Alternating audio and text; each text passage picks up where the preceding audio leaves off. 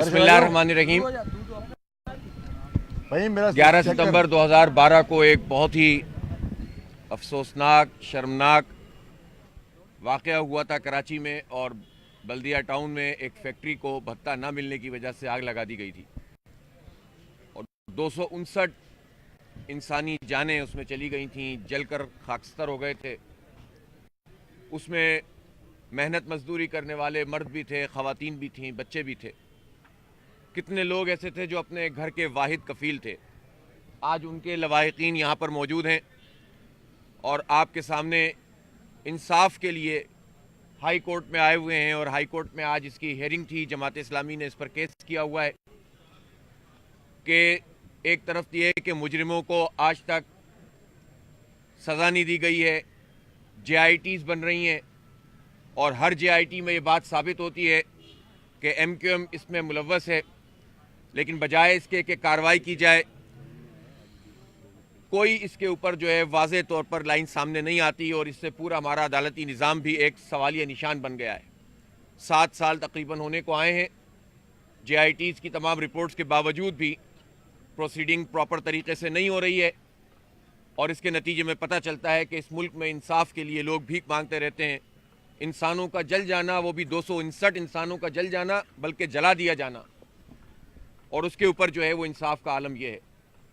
دوسری بات یہ ہے کہ اس وقت بہت وعدے کیے گئے، بہت باتیں کی گئیں، اور پیپلز پارٹی کی گورنمنٹ نے اعلان کیا کہ ہم نوکریاں دیں گے، پیسے دیں گے، اور اسی طرح وفاقی حکومت اس وقت نواز شریف صاحب نے اعلان کیا کہ نوکریاں دی جائیں گی، پیسے دیے جائیں گے، لاکھوں روپے کا اعلان انہوں نے فیکس دیا، اور صورتحال یہ ہے کہ وعدے پورے نہیں کیے گئے۔ سندھ حکومت نے کچھ اماؤنٹ دی ہے لوگوں کو، لیکن نوکریوں کا وعدہ ہے وہ نہیں پورا کیا، اور ان کو ایڈجسٹ کرنے والا جو تھا اس کو پورا نہیں کیا گیا۔ تماشا یہ ہے کہ وہ جرمن کمپنی کہ جس نے انشورنس کی مد میں $5.5 ملین دیے تھے،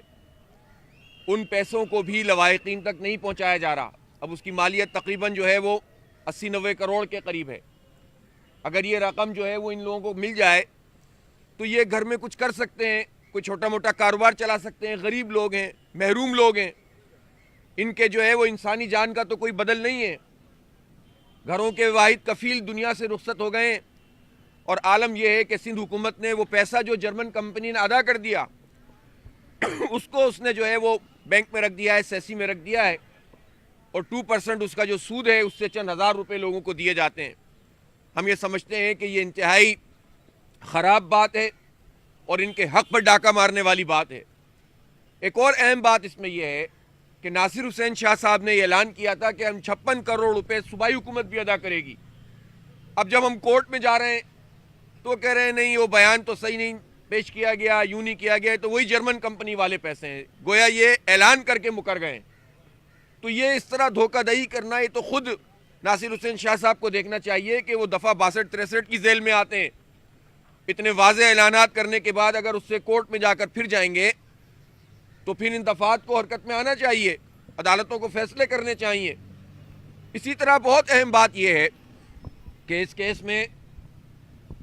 جو ملوث لوگ ہیں ایم کیو ایم کے، یہ کیسی تحریک انصاف ہے کہ 259 انسانوں کے جلائے جانے پر اور ان کے قاتلوں کو بجائے اس کے کہ جلنے والوں کو انصاف ملے اور قاتلوں کو کیفر کردار تک پہنچائے،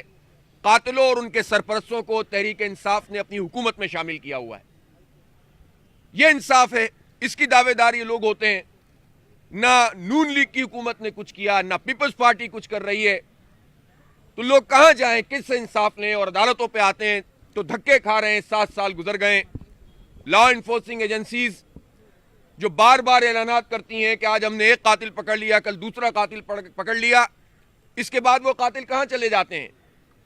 وہ لوگوں کی من پسند پارٹیوں میں موجود ہوتے ہیں اور ان کے خلاف کارروائی نہیں ہوتی ہے۔ اس سے پتہ چلتا ہے کہ اس ملک میں